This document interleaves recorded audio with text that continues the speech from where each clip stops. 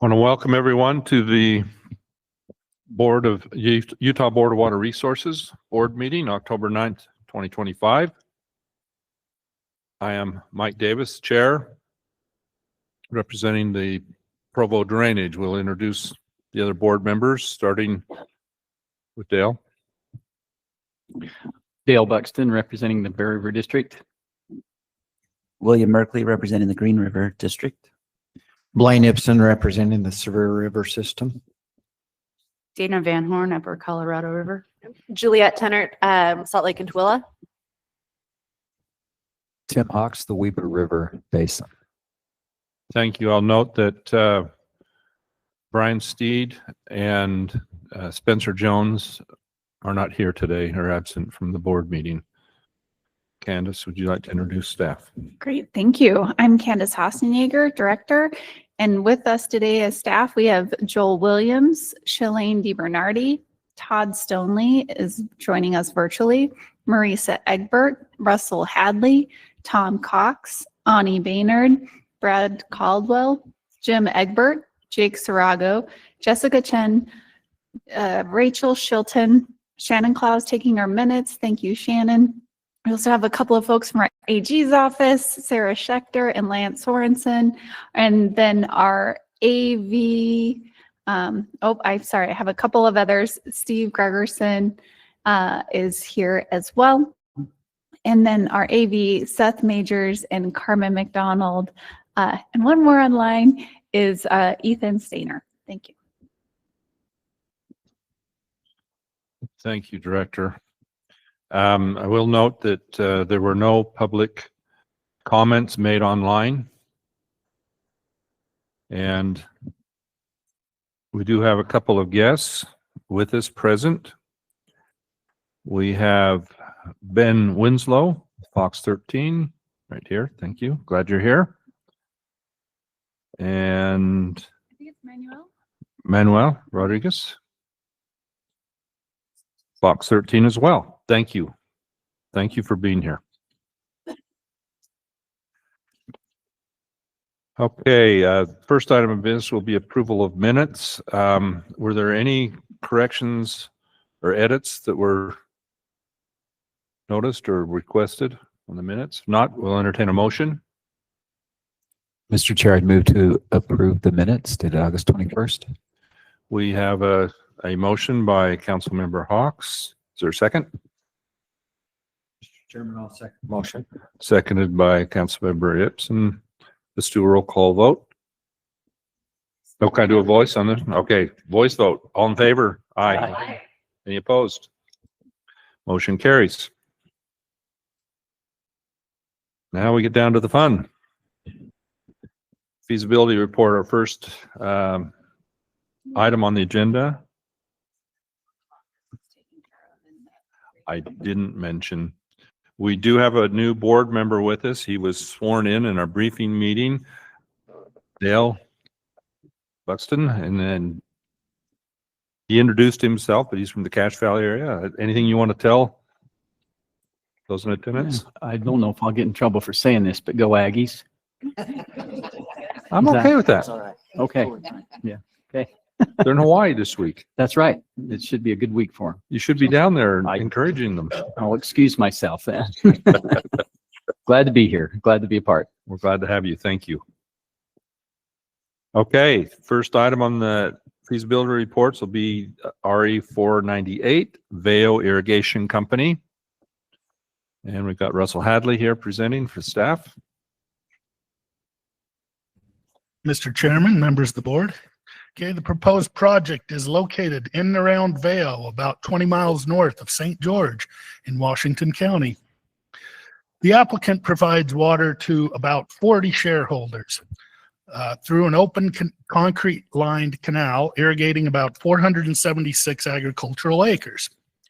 About 40 acres are sprinkle irrigated and the remaining 436 are flood irrigated. Water is diverted from the Santa Clara River and stored in Baker Reservoir. The applicant received funding from the board in 1961 to line their canal with concrete, and that project's been repaid. Here, we'll give you some photos here of the system. Here's the map. Okay, here is Baker Reservoir. Here is the top of the canal. I believe this is kind of called the Rocky Mountain Power Canal. There's also a hydroelectric system on Baker Reservoir owned by Pacific Corp, but I think they call this the Rocky Mountain Power Canal. It's got a flume at the end there for measuring the water, a weir. Here's some more of the canal. You can see some weeds grown in. There's a little bit of cracking in there. Different area of the canal. Again, weeds, trees, and things breaking up the canal. But the canal isn't in horrible shape. It's been there since 1961. So now here's where it runs through town. It runs in some backyards and things. It's kind of a dangerous place with all the kids in town. And here's the pipe stored on site. Okay, the applicant's canal system and on-farm irrigation, flood irrigation practices are inefficient with an estimated 50% efficiency overall. It is estimated that more than 380 acre feet of water is lost. The purpose of annually is due to seepage, evaporation, and system inefficiencies. The proposed project is to convert the gravity-fed open canal to a pressurized system by installing about 2 miles of HDPE pressurized pipeline, service connections, meters, and a pump station. On-farm sprinkle systems are expected to be installed with the Natural Resource Conservation Service funds provided for individual farmers, individual shareholders. A water optimization grant from the Utah Department of Agriculture and Food has been awarded to the applicant. The applicant has already purchased the HDPE pipe for the project. The pipe is currently being stored safely on site. The applicant is requesting the board allow the funding to cover the materials already purchased once a purchase agreement is in place. No construction work has begun beyond pipeline purchase and delivery. By enclosing the open canal and converting more than 400 acres to sprinkle irrigation, transit and on-farm efficiencies are expected to increase to about 90% efficiency. Piping the canal will also provide safety to the surrounding community. Meters will allow the proper documentation of water use. As seen in the cost estimate, the project is expected to cost $2,150,000.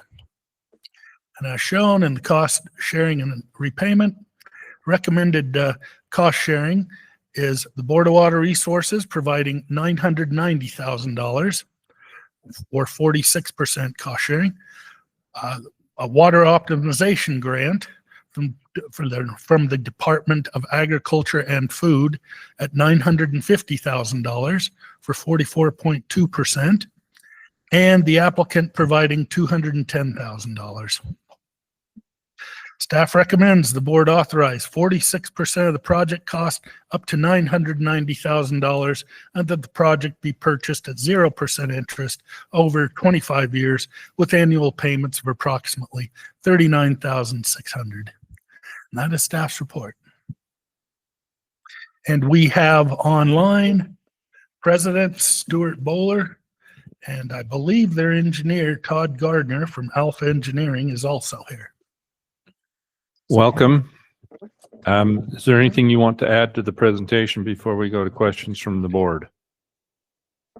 Well, I'd just like to say thank you for hearing and reviewing this project with us. I'm Stuart Bowler, president of the Irrigation Company since 2002. I'm joined here with our secretary and treasurer, Jay McAllister, and I also believe Slade Hughes, one of our committee and finance members, is on as well. So we think Mr. Hadley did a great job with the presentation, and so that's all I have, unless Mr. Gardner has anything, but would be happy to take questions. Absolutely. Okay. Does Mr. Gardner have anything he wants to add at this time? No, I think that was a great presentation, and thank you, Russell, for putting that together. Okay, board, any questions, concerns from the board at this time to ask? Mr. Chair, just as we looked at it, it looked like it was going to be a substantial increase in cost for your users. Has there been discussion among them as far as how that's going to be handled? I mean, it looked like in the presentation again that the cost was going to be, let's see, where did the number go? Yeah. As far as your payment amount was going to exceed the operating, oh, next page, that's where we are. There we go. Yep. Looks like your income, your assessment income is going to be at 31,500. Your payment for this is going to be in excess of that of 39,600. Just wondering what you've done in terms of preparing for that big increase. Yes, sir. We've had multiple shareholder meetings before we ever applied for the water optimization grant. We had the shareholders together a few times, and we have had them together again since. And in the process, we've had multiple board meetings. The folks here in Veyo, the shareholders, understand it is going to be a substantial increase, but obviously, as you can see from the pictures of the ditch, our water loss, our inefficiencies, what the benefits could do for our valley here with limited water that we have, it'll make a big difference. And we have great support from our shareholders of the fee increases and what it's going to take to get this done. We've tremendous community support as well, not just from the shareholders, but the community as well, to put this into a pipeline and have it a pressurized system. So we have had multiple meetings, multiple discussions. Seems like have some with community members every day about the benefits of this. So they are prepared for the increased cost. They're prepared. They feel like this is a great thing to take us through the next several decades with this project. Quickly, can I ask, have you had the shareholder votes then to increase your assessment sufficiently? And do you have that figure for us, what that's going to, or? Well, we had the board meeting votes on that, and that information has been passed along to the shareholders, and we've had a few questions, but overall, very little concern with that going forward. Okay, I think at time of committal of funds, we'll need to make sure that you've got that implemented in your shareholders agreement, or however your minutes or whatever for the payment before committal. That's absolutely. And we do have the minutes from the board meetings too, that if we haven't shared already, we're happy to do that. And we are fully prepared to do anything that we need to that way to verify, of course. Okay. Any other questions from staff? Oh, Councilmember Hawks. Yeah, thank you, Mr. Chair, and thanks, Stuart. One of the questions we had just in the run-up was just kind of understanding the relationship between the Veyo Irrigation Company. There was mention of a Baker Irrigation Company. Just how did those two kind of interact together? Or sure. So misunderstanding. Well, so the Baker Reservoir is a storage reservoir 4 or 5 miles north of Veyo. It actually serves as water storage for the communities of Central, Gunlock, and Veyo. And so in years in which there's the state deems higher water runoff flow from the Santa Clara, we store it, and then we have access to use that during the summer. So the Baker Board of Directors is different than us. We work in conjunction with them. We will then access the storage as we need it during the irrigation season that way. So we work closely with them. I have a key and can, they let me turn it out and report it as needed. And as we do it to the Santa Clara River Water Commissioner and to the Baker Board of Directors. But basically, this is just concerning your water rights and your delivery system over to Veyo, right? So it's distinct from the Baker. It is, yes. So we'll turn Baker into the power company canal, and then we divert it from there into the irrigation ditch that you saw the pictures of. Yes. Thank you. Any other questions? I know I had a question as well. You purchased considerable amount of pipe ahead of time. Normally we discourage starting projects before we do this. Is there a reason that you have already purchased that? Were you planning on financing it differently, or what's this issue there? Well, we weren't aware that this loan might be available. There was for whatever reason. What's that? It's Christmas. Yeah. We got the water optimization grant, and we were wanting to try to get the project done last winter, but then when some funding issues came up, it was then we came across this possibility, and so we're looking at some help with getting it done. Certainly, if we would have known that this was available, we would have been working in conjunction and working on this before the pipe was ever ordered. It was just a lack of knowledge on our part, and in hindsight, we wish we would have known. Okay, thank you. Any other questions? I have a question, sir. Yes, Dana. How long do you anticipate for all of your connections, was it 40, to be metered with the grant money? What's the timeline on that? Todd, what are we thinking? A couple of years? Yeah, we think in 2000, probably the first of 2027. So before the 27 season starts? Yes. That's what we're hoping. Any further questions? If not, Chair would entertain a motion. Mr. Chairman, I'd like to make a motion that the board authorize 46% of the project cost up to $990,000, and that the project be purchased at 0% interest over 25 years with annual payments of approximately $39,600. We have a motion. Do we have a second? Board Member Hawks, second. We'll have a roll call vote, please.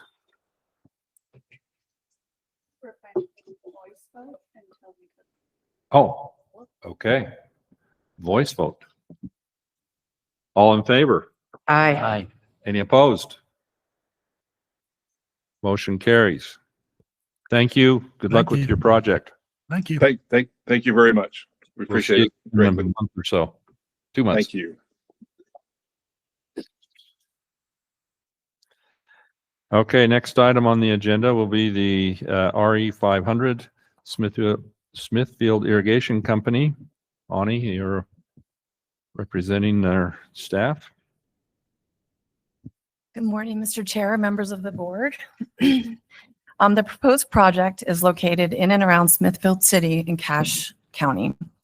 Smithfield Irrigation Company currently serves approximately 1,100 shareholders, delivering irrigation water to approximately 2,200 agricultural acres and secondary irrigation water to approximately 600 acres for lawns and gardens. The applicant diverts water directly from Summit Creek and Birch Creek. The applicant also receives water from Cache Highline Water Association through a large diameter above ground metal pipeline owned by Cache Highline, referred to as the Black Pipe. The applicant's system frequently experiences large amounts of debris and sediment from these sources, reducing conveyance efficiency and clogging shareholders' on-farm systems. Due to the potential clogging for shareholders, nozzles are often oversized to flush out the debris, which leads to overwatering. Additionally, there are 5 diversion structures that are deteriorating and need to be replaced. The structures need new screens and improved irrigation control gates. Currently, the upper part of the system requires a booster pump station to provide pressurization for the area. The proposed project includes the installation of a new pipeline, which will begin at the upstream end of the Cache Highline's black pipe. The black pipe is located on the side of a hill on a 45-degree slope. This 18-inch pipeline will follow the alignment of the black pipe. This will allow the upper part of the applicant's system to be pressurized without the need for the existing booster pump station. The 18-inch pipeline will then connect to a new 12-inch pipeline. The 5 diversion structures will be replaced and will include new screens and control gates. Sediment basins will also be constructed to reduce the debris entering the system, and additionally, a SCADA system will be installed. The redesigned diversion structures will improve water quality and system conveyance efficiency. The improved water quality will allow shareholders to use nozzles on the on-farm systems that are correctly sized, thus reducing water waste. The addition of the SCADA system will enable continuous monitoring and remote control. The new pipelines will reduce the need for the booster pump station, which will lower energy consumption. The applicant has been awarded a WaterSmart grant from the Bureau of Reclamation and a water optimization grant from the Utah Department of Agriculture and Food. Construction will be in conjunction with Cache Highline Water Association's project, RE 501. And the construction is anticipated to begin in October of 2025. And I'll show you a few photos. Well, this is the map of the system. The 18-inch pipe is coming down here, and then it goes into a 12-inch pipeline that ends up at the pump station. And then you'll see the little blue diversion. There's 5 diversions with the blue triangles. So this is above the black pipe. This would be the inlet, and the 18-inch pipeline will be diverted above this and head down the left side of that alignment. This is looking down the black pipe. It doesn't look as steep in the picture, but it is a very steep slope. This is looking back up. You can see that you can see the angle a little bit better here.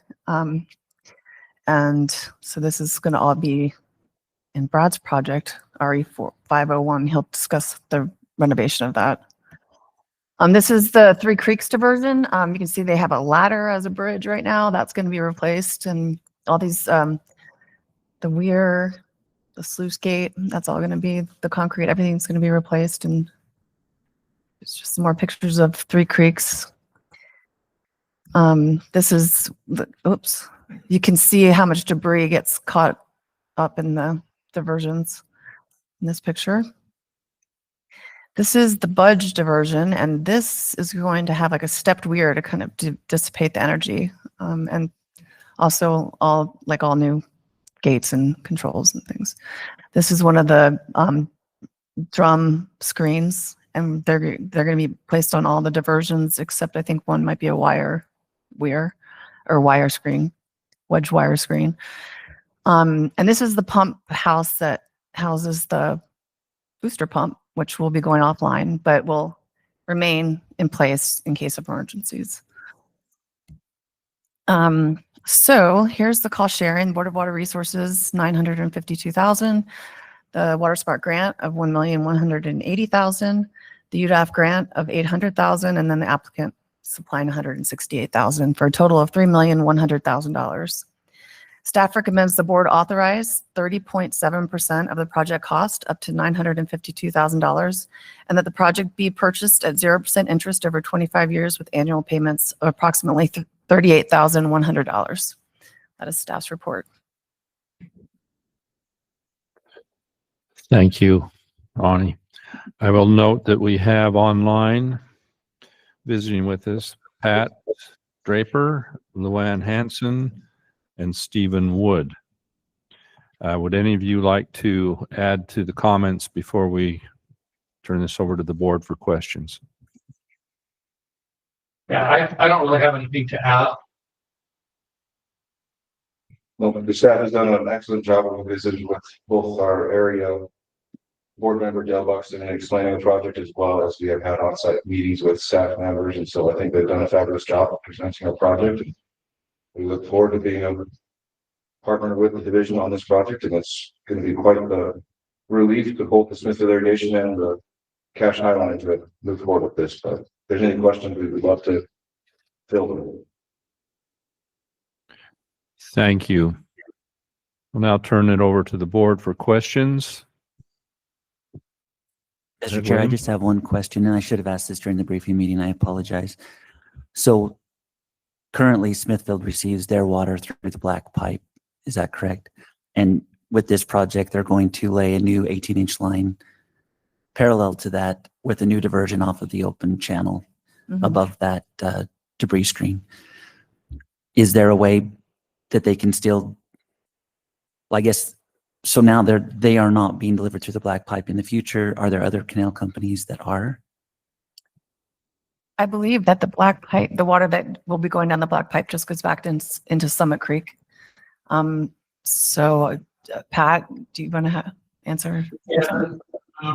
Water that's going to be coming down the new pipeline is only a portion of what we use. That services kind of some of the higher elevation areas in the system. So we will still be using water from the black pipe for some of the other diversion structures. Okay, that makes sense. And so this is for the upper part of their system. The rest of the water continues to flow through the black pipe into whatever you're talking about for the lower part of the system. Yeah, so the black pipe will follow the alignment, and but the water going through the black pipe just ends up in Summit Creek at the bottom of the pipe. Okay. And that will continue through the system and get diverted in different spots. Yeah, maybe I'm jumping to the next project, and so I apologize. But They're definitely hand in hand, so. yeah. Okay, any other questions? If not, the chair would entertain a motion. Mr. Chair, I'd like to make a motion to that the board authorize 30.7% of the project cost up to $952,000, and that the project be purchased at 0% interest or 25 years with annual payments of approximately $38,100. Thank you. We have a motion. Do we have a second? I'll second that. William Merkley seconds that. All in favor? Aye.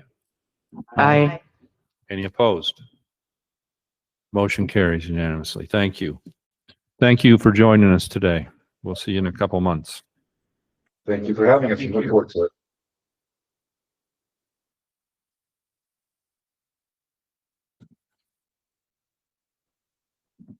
Okay, next on the agenda will be the RE 501 Cash Highline Water Association.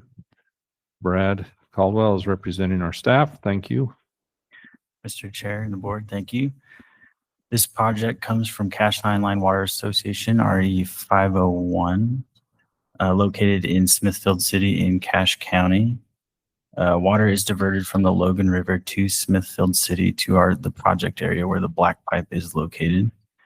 And the purpose of this project is to upgrade the existing 36-inch metal pipe known as the black pipe, install a traveling screen, a sediment basin, baffled chutes, and install a new SCADA system.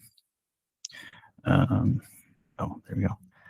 This shows the diversion. The green line is the diversion from Logan River of the canal into the red area where the project is. This is a blown up area where the black pipe will be installed. The screen structures is noted by the red square. And then once it hits the Three Creeks diversion where Ani's project is where the star is located. Here's a photo of the non-working traveling screen. It just stays up like that the whole time. So nothing's being collected and removed. So now there's just debris going into the black pipe. And you can see a little bit of the foundation cracking there at the bottom. Here's a up view of the black pipe going downhill. And that doesn't give a good scale of how steep it is. It's a lot more steeper in real life. And then here's at the bottom where they have an old structure. And this is where mainly the seepage comes from. I was able to get lucky enough to get a picture of the water coming out there. And they just have that that steel plate there to slow down the erosion. So staff recommends the board authorize 32.1% of the project cost up to $255,000, and that the project be purchased at 0% interest over 25 years with annual payments of approximately $10,200. Funding is conditioned on the applicant complying with reporting requirements issued by the Division of Water Rights. Thank you, Brad. We have visiting with us today, John Wells, Lyle Thornley, and Stephen Wood. Would you like to add anything to the presentation? No, just a quick clarification on who's actually visiting. John Wells was not able to make it due to his loud phone, but Jason Morgado with the Canal Company is here as well. Thank you. Just an update on that, but no, just grateful for the opportunity again to be here with this project. I know this one is very connected to the Smithfield Irrigation. We have between Smithfield Irrigation and Cash Highline, there's a very amicable operational partnership, but there are distinct infrastructure that each one of them owns, and so they decided to come before the board to get their individual loans before the board for their individual owned infrastructure projects, just to help keep lines clean. So I can let Jason Morgado speak to the project itself. Yeah, it's going to reduce quite a bit of liability and concern for us throughout the watering year. And then also with where we're working with the water use reporting, it will provide a more accurate gauge for our returns into the river system. And so we're excited to move forward with this and not have such a liability on our part as it has been for the last 60 years or so. Okay, great. Thank you. Board. Oh, is there further comment? Okay. Board, any questions, comments that we need to discuss at this time? Mr. Chair. Yes, Councilmember Hawks. Thank you, Mr. Chair, and thanks, gentlemen. Just a quick question. You may have noticed there was a condition put on the grant of funds that you all would comply with reporting requirements from the Division of Water Rights. I just wanted to get your perspective on that. Are you comfortable with that as a condition of this funding coming through? Yes, we're in the process of removing and updating all of our infrastructure locations and our turnouts, and so that's kind of been the delay on some of our water use reporting, so that we have accurate locations of all of our diversion points, and so and that will help us to more accurately report our usage. Yeah, but just to be clear, you don't have any hesitation with complying with what water rights in terms of reporting the data that you already have. I understand this will optimize and give you even better data moving forward, but in terms of the data that you have on usage to date, I just want to make sure you're comfortable with understanding the board's conditioning this funding on complying with whatever water rights has asked you for. Absolutely.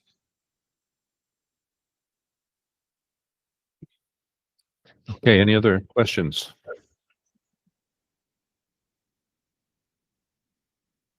Okay, seeing none, the chair would entertain a motion. Mr. Chair, I'll make that motion. The motion being the board authorizes 32.1% of the project cost up to $255,000, and the project being purchased at 0% interest over 25 years with annual payments of approximately $10,200. Funding is conditioned on the applicant complying with reporting requirements issued by the Division of Water Rights. Thank you. We have a motion. Is there a second? Mr. Chair, I'll second. Board Member Ibsen. All in favor? Aye. Any opposed? Motion carries unanimously. Thank you. Thank you, gentlemen. See you in a couple months. Sounds good. Thank you, board.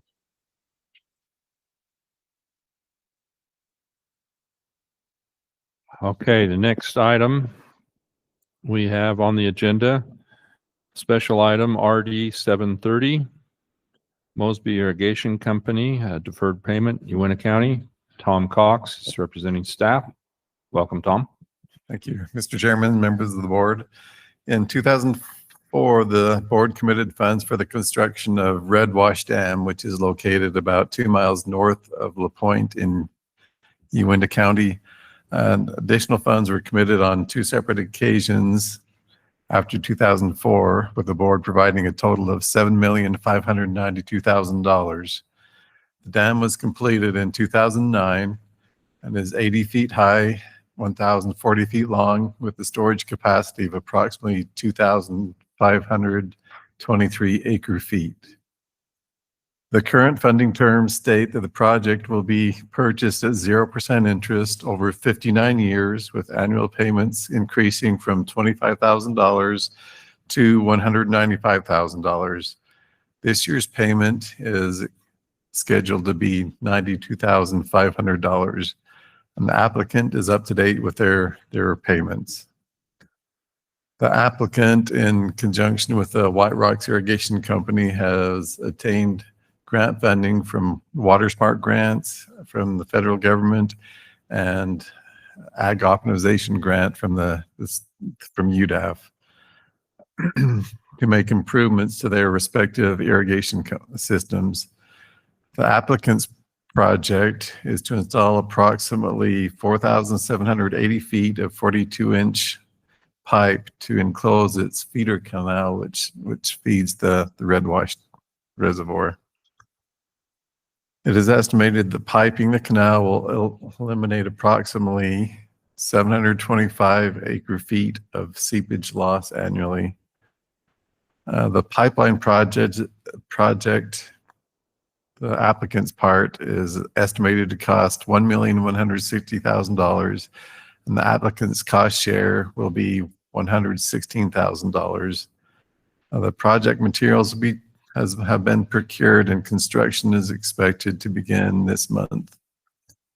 So the applicant is before the board today to request that payments for the Red Wash Dam project be deferred by 1 year to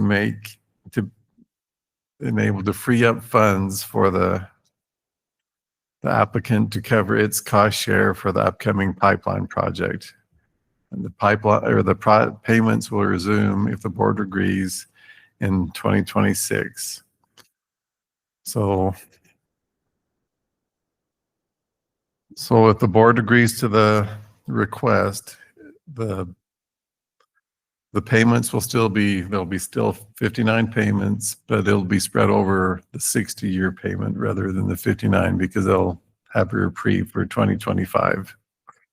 So staff recommends the board amend the purchase agreement to defer all payments by 1 year, and regular payments will resume in 2026. And that's staff's report. Thank you, Tom. Is there an echo? Okay.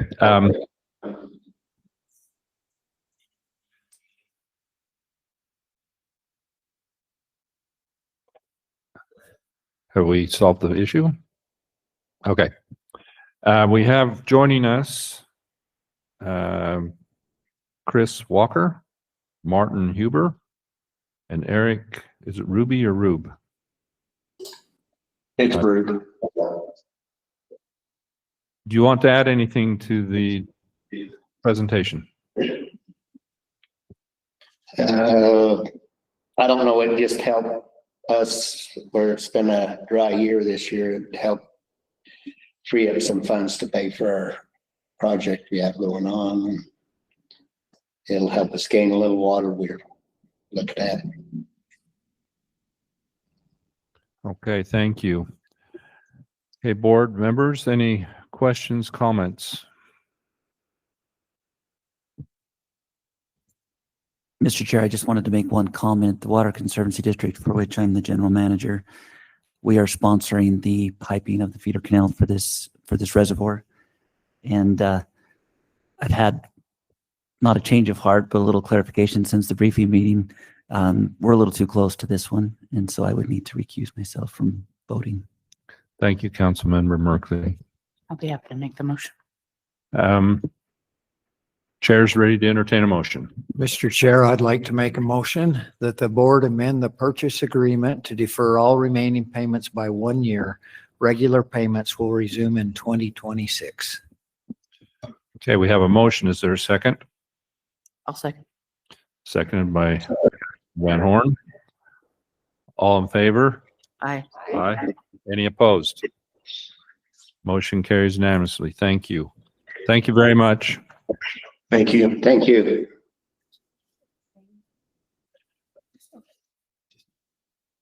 I just note that Councilmember Merkley abstained from voting.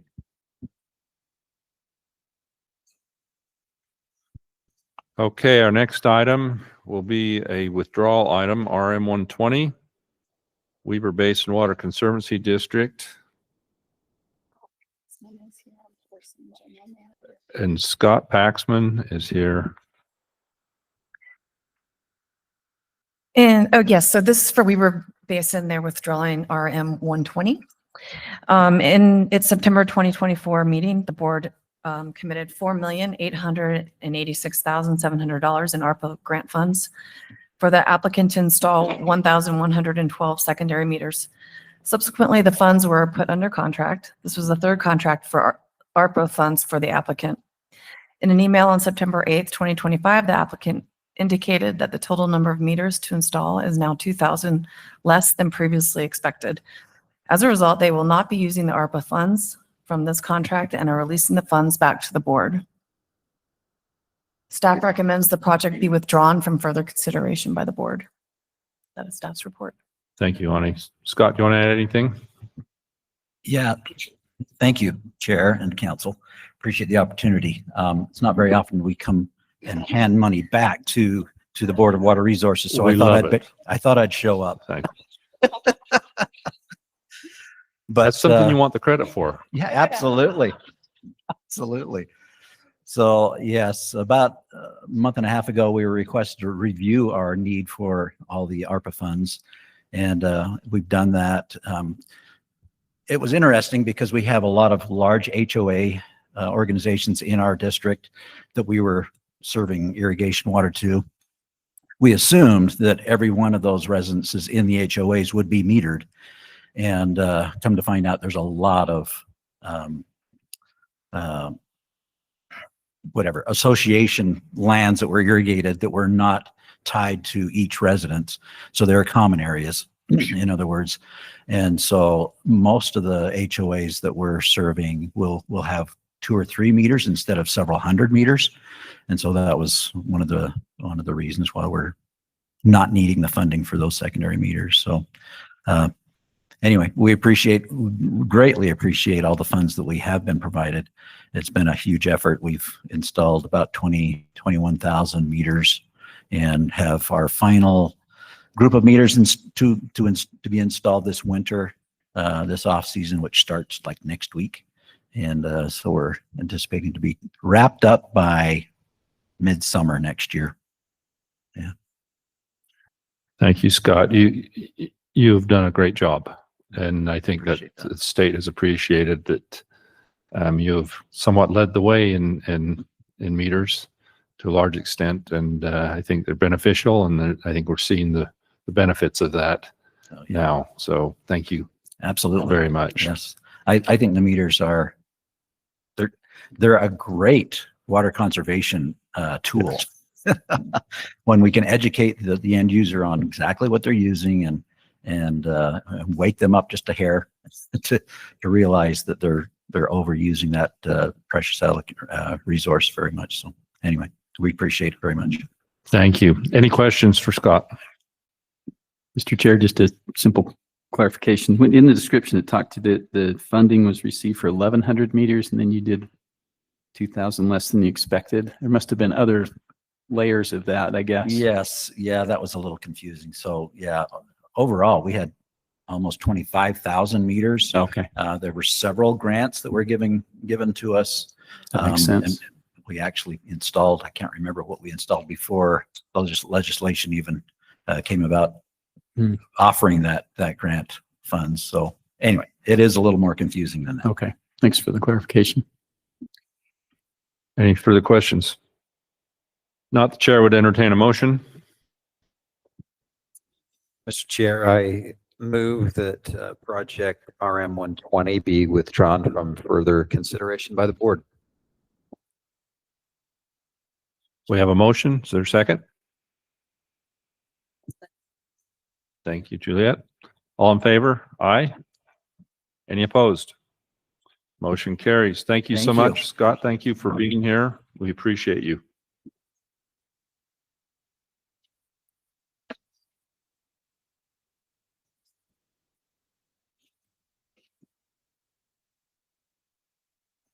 Okay, moving on in the agenda, our next item is the cloud seeding operations in Utah update. Jonathan Jennings is here. Thank you for being here. And Jake Yeah, so Sarago. Mr. Chair, members of the board, thank you for having me.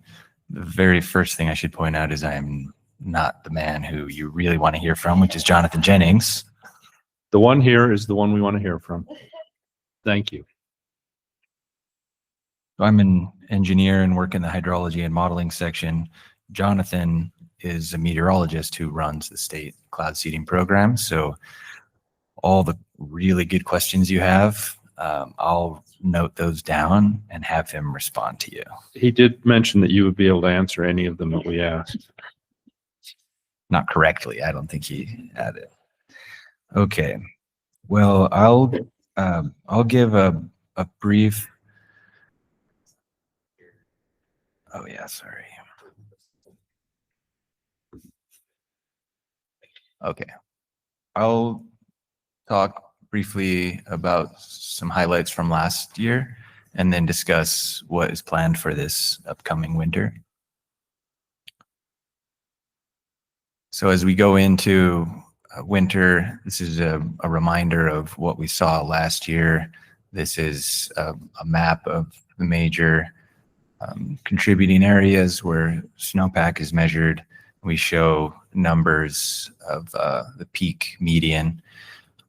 So it was under La Nina conditions. We had really dry southern part of the state and the Colorado River Basin. Up north was decent, slightly above average.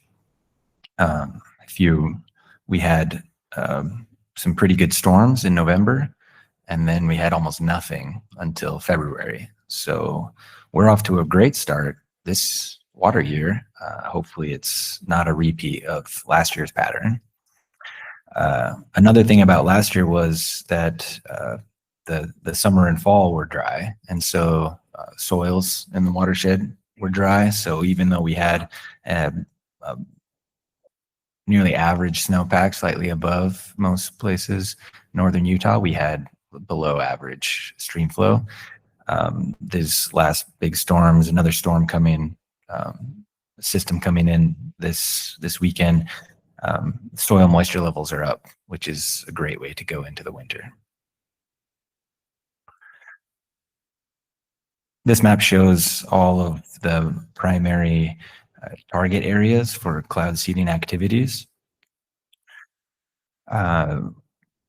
Last year, we clocked almost 17,000 generator hours, which is normally we're maybe around 8.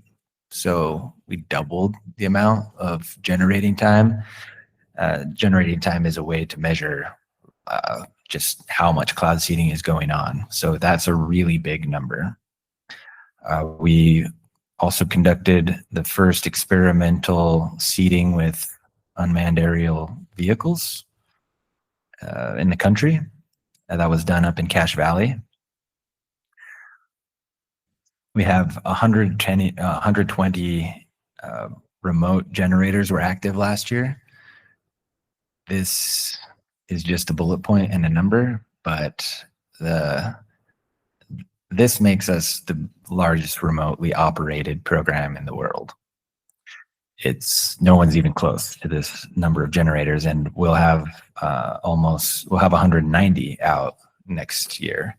So all of the generators which were previously operated manually, so they would require a meteorologist to be watching the weather and trying to, based on instrumentation and radar and their work, they would be forecasting where it would be appropriate to cloud seed.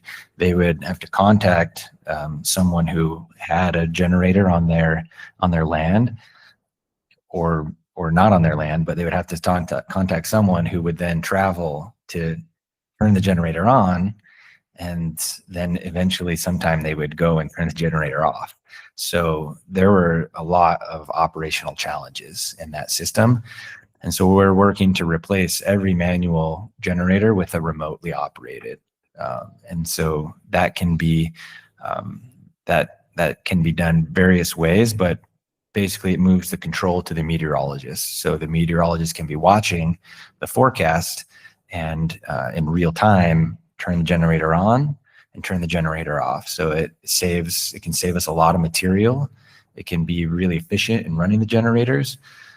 But most importantly, it opens up the opportunities for where we can place these generators, because they no longer need to be accessed by an operator storm by storm. So, important up in the Vernal area, important in Cache County, is that now these generators can sit at higher elevations, so above a lot of the inversion layers. So we improve not only the efficiency, but the effectiveness of the seeding with these ground-based generators. We had a new program, that the pink program there, which we call the East Shore program for East Shore of Great Salt Lake. That's an area which we had not previously targeted because we didn't have any local sponsors, not really any major water supply sources derived from this drainage area, but this drainage area really impacts wetlands on the east shore of Great Salt Lake and inflow to Great Salt Lake. So we did a feasibility study and found that it was good for cloud seeding. So Jonathan worked with a lot of landowners and got the program started up there.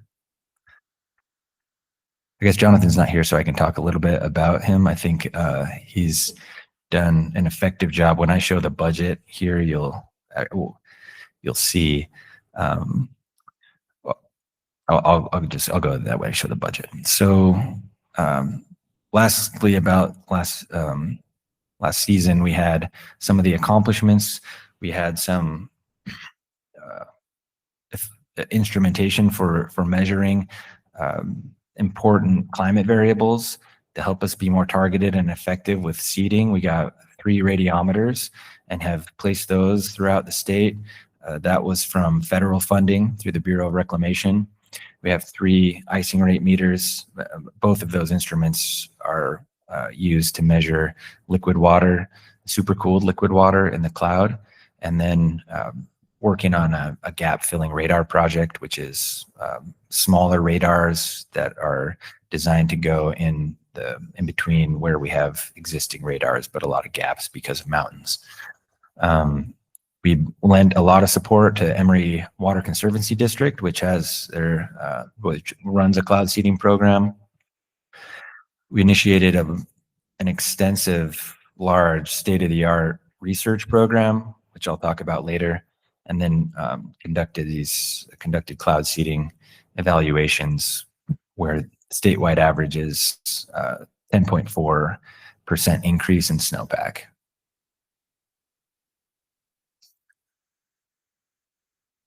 All right, this chart, we're showing it like this to accentuate the change in the program funding over the last few years. Typically, these bars are a lot higher and you can read it. It just shows so funding is split between state, local sponsors, mainly water suppliers, and then the water users in the lower Colorado River Basin. And you can see the blue for state funding, and how that has grown over the years. That's a large part in the design of the state legislature and interest in supporting the cloud seeding program and support from our director, Joel Ferry. With this funding, we hired a full-time employee. And so we were able to get a meteorologist who has 10 years of experience, cloud seeding, running a program in Texas. And Jonathan has done incredible work in being able to create a plan for spending this money in as responsible a way as possible. And I think it's a very good example of improving the state workforce, because we identified that I was previously doing it, and it was maybe 5 to 10% of my job, but it needed to be like 80%. And so we requested to get a full-time employee, and then that was the same year that we got all of this funding. And it would be impossible to spend this money in any way, let alone an effective and efficient and responsible way. And so it's a good example, I think, of identifying a need and then getting the right person for the job. And he can dedicate, he does several other things that are really beneficial using meteorological expertise, but he's able to spend 90% of his job on this if we need. Okay, and so next year's budget is $15.7 million.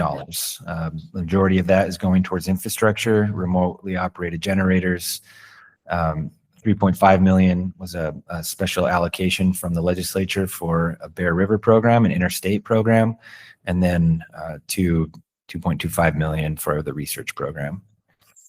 Okay, so I mentioned some of the benefits of remotely operated generators. That's we show there one of the generators. It's basically all the equipment is compacted in a trailer, so you can hitch that onto a truck, drive it up, drop it off for the winter. It also has the capability to be manually operated if we needed. So apart from streamlining operations for the meteorologists and improving efficiency, it also makes reporting a lot cleaner because of the automated process. So all of the data, when it turns on, how long it burns, when it turns off, the rate of burn, all of those things are recorded and can be we can generate most of the reports automatically, and we can do that uniformly throughout the entire state. And another benefit is that the software that's used for the reporting, that can be looked at and in real time. So anyone who's interested in any of our sponsors or partners, they can log in and see which generators are running, or they could get reports, they could get reporting even though it's not a formal report. And these costs, we're basically covering the capital costs to build these initially and deploy them. And then because they cost more to operate than manual generators, it means that the cost of each program has risen. And so we're working with the local sponsors to assure a fair cost share. And the way we've worked it out is a 75%, 25% split, which allows their programs to stay at nearly the same cost that they were. And so we're using the increased state's annual budget to cover that additional cost.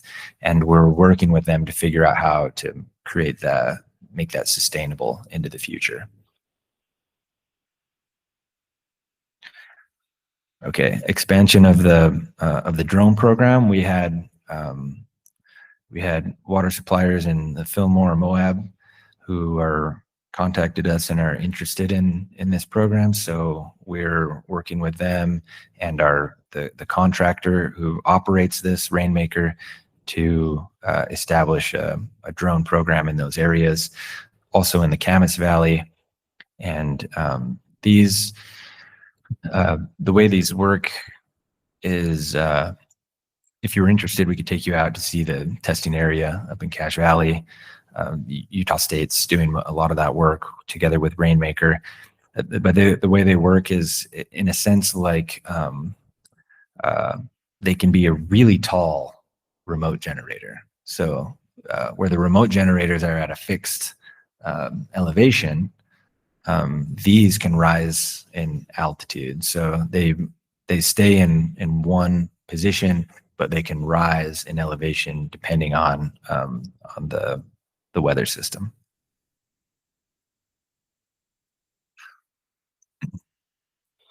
We were in the last 2 years, we had an aircraft. And so we were running the aircraft in St. George and in northern Utah, but there are multiple factors that rendered that program really inefficient.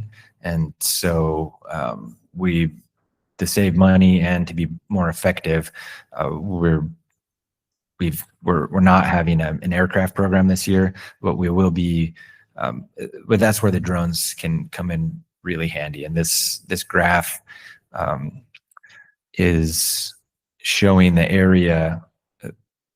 The red bands show.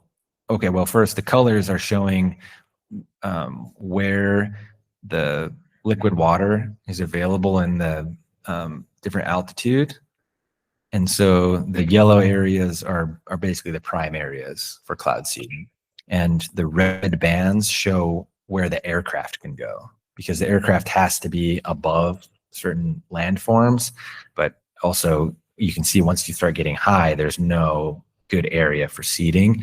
And so there's a limited range in where the plane can go. And where we see is that the best yellow areas are usually below that band. And so that's part of the reason why aircraft is not effective. But we can, from the ground all the way up, we can use drones for targeting those areas. Okay, the Bear River Cloud Seeding Program was, let me go here. Okay, so this is jointly funded by the state of Utah and Idaho. And so, we're doing work through the Bear River Commission, and that's not one of our generators, so it's not my fault. And then it will have a third-party evaluation. So this was funding specifically from the legislature to be used in the Bear River Basin, and it's an exciting project to work with our neighboring states. These, you can see on the map here, very faint state line. You can see Bear Lake, the northern shore of Great Salt Lake, but those yellow boxes are the areas where we'll be operating 32 drones.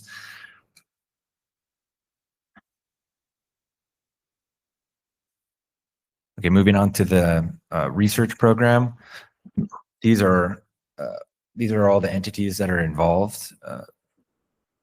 National Center for Atmospheric Research, folks from the University of Utah, Utah Climate Center, which is at Utah State University. Some of the best atmospheric researchers in the country really are on this project. Some of them just happen to be local in Utah. And this is a really important program because in order to really understand cloud seeding, there's a lot of more general, a more general understanding of cloud physics and particles in clouds and in the atmosphere is necessary. And so there are a lot of people who are interested in that, whether it's for air pollution or for understanding weather patterns. And so a lot of these folks were some of these folks were skeptical of cloud seeding, but then really interested in all the kind of information, weather information that we need to know about cloud seeding. And now they're all working together and learning more about it. And it's a fantastic partnership, and it will be, there's several PhD students who are being funded. They'll generate dozens of peer-reviewed academic articles, and for Utah, this will be incredibly, like, in the scientific world, like this, Utah will be in the limelight. What's the big red W? That's the University of Wisconsin. Thank you. Yeah. And so Professor Ross works with Heritage Environmental Consultants, and those two specialize in like silver testing for silver, because the main agent that's used in cloud seeding is silver iodide. And so we're always, one of our main concerns is human health and environmental health. And the research we have shows that silver iodide is safe product, but we always want to know more. And as we get better at sensors and sampling technologies, we want to continue investigating that. And so they're doing a multi-year study to look at silver accumulation in the environment and whether we can sense it from cloud seeding activities. So it's really specialized. And so that's why we need to use a fellow all the way from Wisconsin. Yeah. This map, the map on the right shows basically the study area. So it goes from Antelope Island, the east shore of Farmington Bay, up to Snow Basin and the Eden Valley up there. And so there's a lot of really expensive sensors, which we had to pay extra thousands of dollars because of tariffs on, and also had long delays, but we got through it. And we've had some of the professors who are working on this, their colleagues from around the country who are learning about it are sending them sensors to add to these stations for free, to be collecting data that goes into the whole program. So there's sensors to measure precipitation on the ground, water in the atmosphere, radars to look at all kinds of things. One of the main focuses is looking at measuring aerosols. And then we have some hydrologists from the University of Utah who will be looking at stream flow and simulating stream flow. Okay, so some of this I mentioned, but the main outcomes of this research program is to help us improve cloud seeding evaluations so that we can understand better how much it's affecting the snowpack, as well as how much that additional snow is influencing the stream flow, which for most of us, that's one of the most important things. It'll help us give guidance and help policymakers better understand the return on investment for the program, which means that we can do better budgeting to find out the funding we need and where it's best allocated. In working with the operations team, they'll be able to improve the way that they run the cloud seeding program. The collaboration is really great for the industry and for the state. And overall, we hope that this builds confidence amongst other Western states where there's been some conspiracy-fueled changes to programs, even almost cutting entire programs in the state of Wyoming and North Dakota. So that's all I have. And so you can just ignore my name there and just email Jonathan. Are there any questions? We can't ignore you. Can't happen. Any questions for Jake? Drones. How stable are the drones up there in the clouds? I mean, drones are pretty small and weather can be pretty powerful. Yeah, good question. These drones are big. These drones would fill this whole space right here. And the team that's building these drones, they build them entirely in-house. These are really interesting people. They're energetic, they're excited, they have a lot of vision, and they have a lot of engineers on their team. So that's what that means is as they innovate, they're building their own drones, they run into all kinds of problems.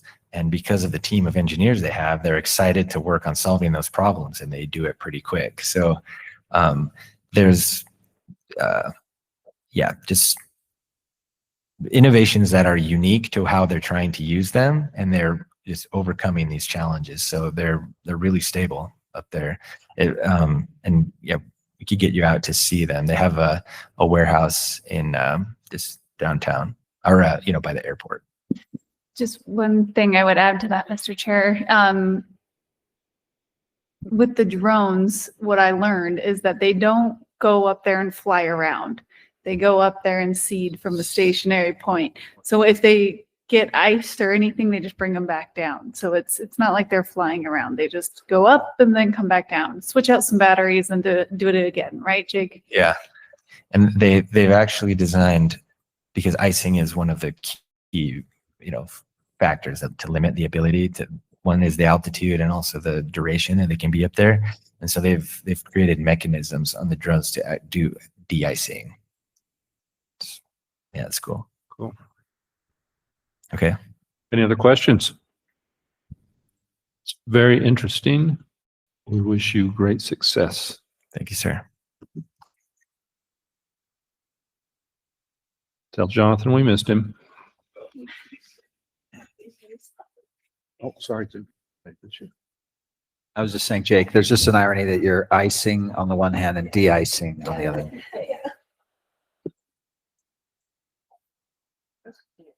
Okay, next item on the agenda will be the discussion of the 2026 board meeting schedule. There was a list with the proposed dates in your material, your packet. Are there any questions? If not, the chair would entertain a motion for approval. Mr. Chair, I'd like to make a motion that we approve the 2026 proposed board meeting schedule as presented. We have a motion by Board Member Van Horn. Is there a second? Seconded by Juliet. All in favor? Any opposed? Motion carries. Thank you. Okay, are we to the director's report? Yes, I think we're to that time Awesome. of the agenda.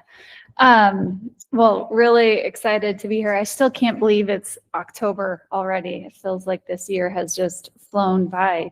As when we look at our water supply conditions, we ended the water year. So as you all know, water year goes from October 1st through September 30th. And we ended with 100% of the state in drought conditions, with a piece of it in severe drought conditions or extreme drought conditions.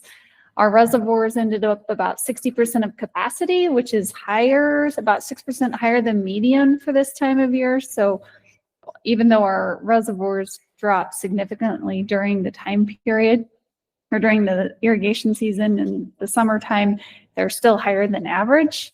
And then this last weekend, as you guys probably all know, there was a significant amount of rainfall, particularly in Salt Lake City. We had 2.4 inches that fell on Saturday, and it was the second wettest day on record in Salt Lake City, and the wettest ever recorded at the Salt Lake International Airport.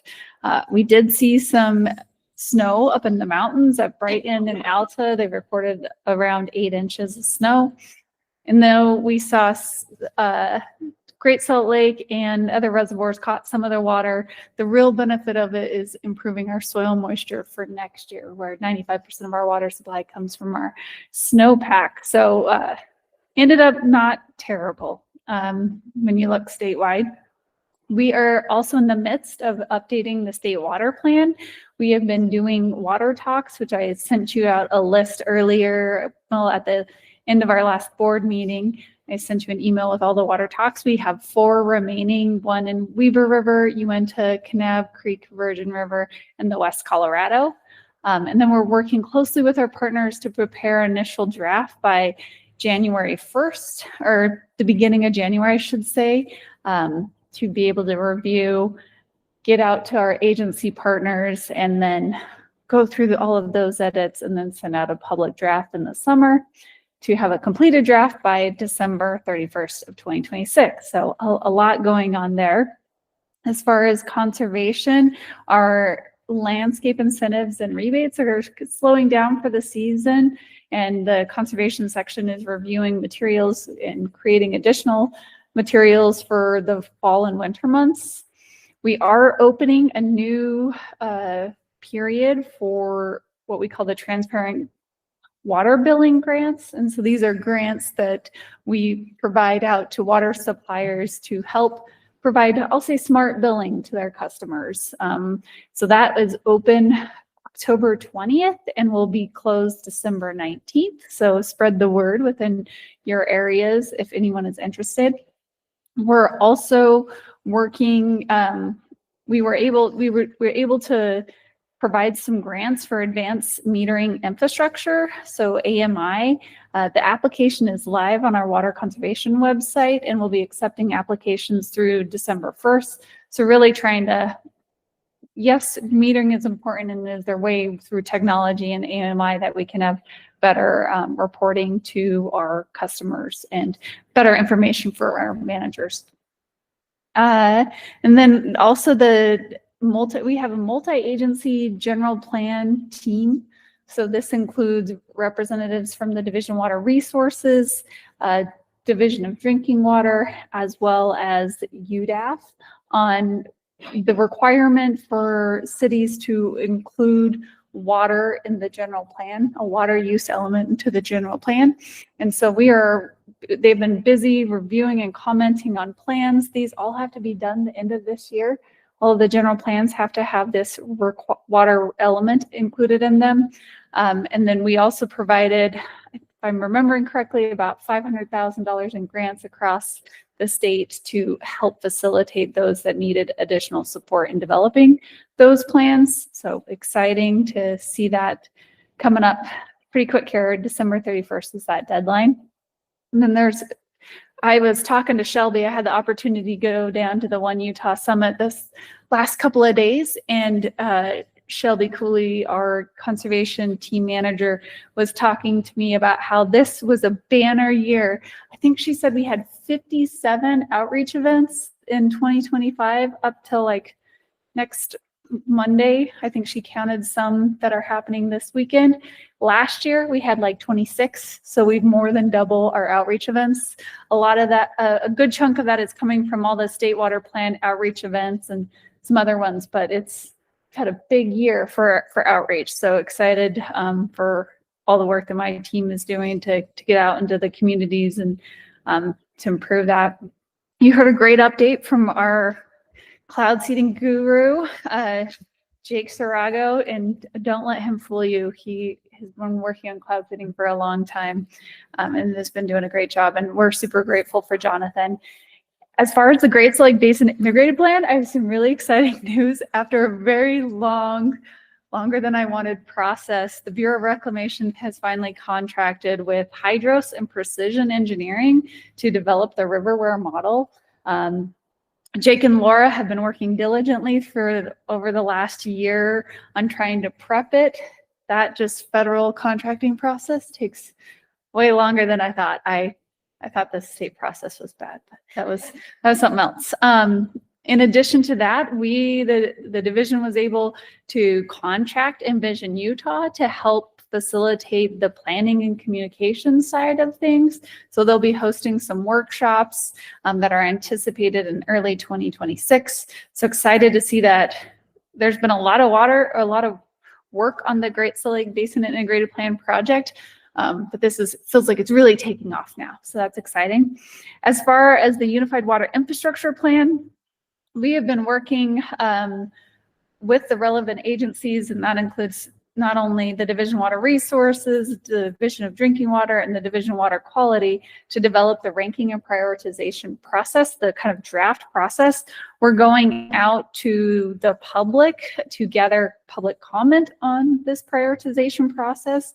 We have 4 meetings, and happy to send these out to you, but just so you kind of have them handy, we're doing one in the central area, Provo, and that is on October 14th. That's our first one.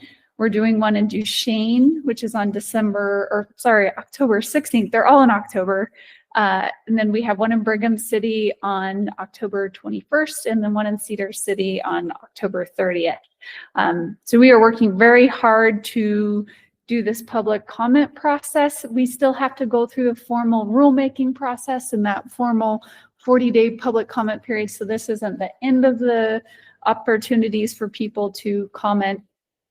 Oh, it looks like it was the 27th with Cedar City. I have on the fly correction, so thank you. Yeah. I believe this is the same thing that we were talking about in our watershed meeting. Our community, and I just wanted to poll the other board members, is up in arms is a bit of an understatement of how much money it's going to cost our water districts. There's fees involved. They're calling it a water tax, basically, based on number of gallons sold or thousands of gallons sold. However, resulting in hundreds of thousands for some. And I mean, it's not finalized yet, but our people are concerned about it very much. Thanks for bringing that up. So And also, I'm sorry, Candace. It's a shame because I'm a super big fan of the whole consolidated application situation and getting all that and government streamlining. I appreciate that. And when in our meeting anyway, and it sort of felt like they did this whole thing on purpose so they could pass the water tax that failed to get through several years ago, and it kind of muddied the whole thing, and it made me sad. So that was just my take on it from our water district manager. And but there's others that some of the communities are going to be hit really, customers, because it's going to have to be passed on to them. It's a lot of money. So thank you for sharing that. Let me also provide a little bit more background. So there's currently there's one proposed fee by the Division of Drinking Water that's currently going through that process. And I believe they've had some public meetings on that. As part of the HB 280 from 2024, it required the Division of Water Resources to do two studies. One was an integration of existing funds, which came out last October, and the second was to do a fee study. And so this is just trying to come up with what would a fee look like? Should it be a fee or a tax? How should it be distributed? Kind of come up with a recommendation. So we are going through that process. We had an initial presentation at the Utah Water Users meeting in the end of September, where some of this was shown. I will say, and I thought Representative Snyder did a really good job at that meeting, saying this is just a number. This is just a really great, smart financial team coming up with what it would take to kind of fill this estimated gap in water infrastructure. The numbers I've seen, and it's even higher in the fee study that's coming out, is when we look out to 2060, we have about a $60 billion need. And and those are older numbers. So if you look at the fee study and the cost of inflation, everything, it's even more than that. So we have a significant need. So how do we fill it? A lot of people say, well, the state needs to do it. The state general fund needs to do it. And the state's saying, well, we can't do it. So how can we come up with this? So this is one idea. This is a study item. It's not, I don't think it'll be if there is a bill, I don't think it'll be exactly whatever this study comes up with. It is trying to fix that. And in all honesty, I think the biggest winners in this, yes, they'll have to pay into it, but I think the people who get the most out of it is rural Utah. In reality, they will have to pay into it, of course, but I do feel like seeing the projects and seeing the need, that rural Utah will benefit from it. And that's a concern I've heard from larger municipalities within, Salt Lake City area, is that, well, we'll be subsidizing the rural water projects and those type of things. So I get there's a lot of concerns about it, and I'm really looking forward to the November interim meeting where I get to present this study because I'm sure it'll go over real well. And Ben did say that, after the meeting where that was presented, it was kind of like, this is just a drill kind of thing. Like this isn't exactly what's happening. So he did share that with us. The funny thing is that sitting in rural Utah, it was like, okay, well, where's all the money going to go? Not to our $1 million projects, but to the $195 million projects. Not that one in particular, but you know what I mean. It's the money goes where the people are. It's the same thing with Sitla and everything else. There's more water districts per square mile in up north, which is fine. But I guess all I'm saying is that there's a perception problem at this point. Like I'm supportive. We have to be able to pay for all the money that we loan out, and the need by collecting all that data from everyone was that was the big picture, and everyone was surprised, or maybe not surprised, but it was a lot of money. It's a lot of money that there will be a need for, and I congratulate the state of Utah for trying to plan for that. Yeah. Unlike many states, so it's tricky. That's a good thing. Yeah, just quick, I just say from a policy standpoint, revenue generating standpoint, you have two choices, right? So one is what amounts to a user fee, and the other is just general revenue. And the problem with general revenue is it's a cross subsidy problem. So I think that's why there's some momentum towards, looking at if this is really water associated needs, how do we make the users of that water sort of fairly pay and allocate? And that's always discussion between urban and rural and everything else. So I think historically, as far as water funding goes, I think rural comes out pretty well if you just did it on like a per person or per capita basis. Mm-hmm. Yeah. So it'll be a fun November, I'm sure. I would highly recommend, we will have virtual options for all of these Unified Water Infrastructure Plan public meetings to have people review and comment on the process, because that gets to the heart of your question, is who's going to benefit from this funding? Well, it'll be on how they're ranked and prioritized, how the projects are ranked and prioritized. So definitely recommend attending that. Just two quick other items. The Bear River Commission is meeting on November 18th for their fall commission meeting. And then as far as the Colorado River, there is a looming deadline, November 11th. The Basin States negotiators continue to meet and discuss the future operations of Lake Powell and Mead, with the goal of arriving at a consensus. However, the understanding is that if an alternative isn't agreed upon by the 7 basin states, then the Department of Interior alternative will become more and more likely. So the upper basin states have heightened their dialogue with the reclamation and federal leadership to show them issues of water in the upper basin.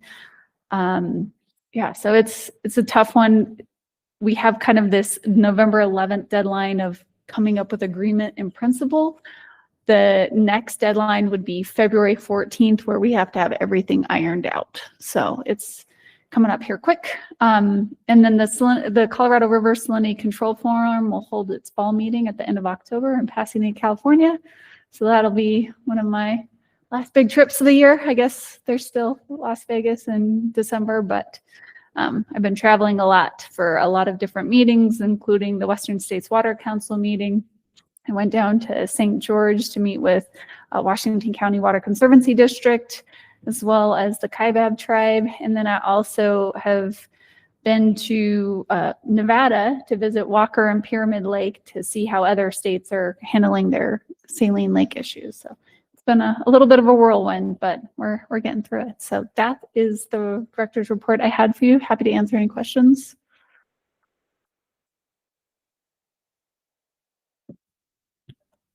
Thank you, Director Hassenjager. Appreciate all you do for us in the state.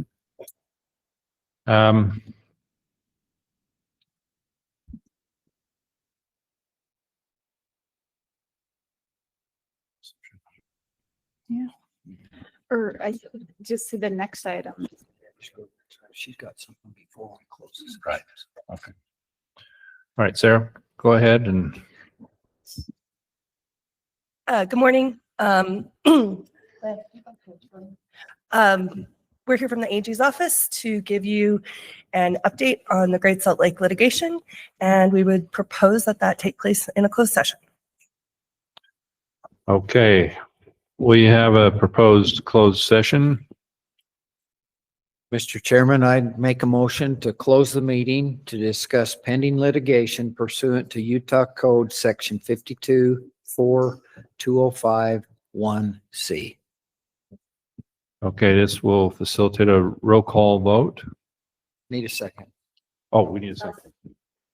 Thank you. Yeah. Board Member Buxton, Aye. Board Member Merkley, Yes. Board Member Ibsen, Yes. Board Member Van Horn, Aye. Board Member Tenard, Board Member Hawks,